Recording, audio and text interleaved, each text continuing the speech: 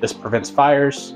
It makes your dryer work better. Next, let's talk about your dryer vents. Dryer vents, they do get clogged up. You know that little lint screen in your dryer?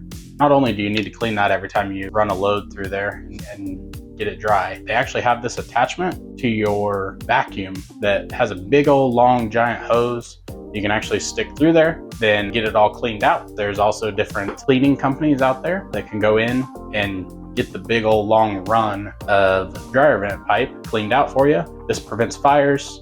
It makes your dryer work better. You know, it'll take a toaster and a lamp, but then you plug in the dryer and the house goes dark. So all around, it's just best for you. So that's maintenance tip number 2.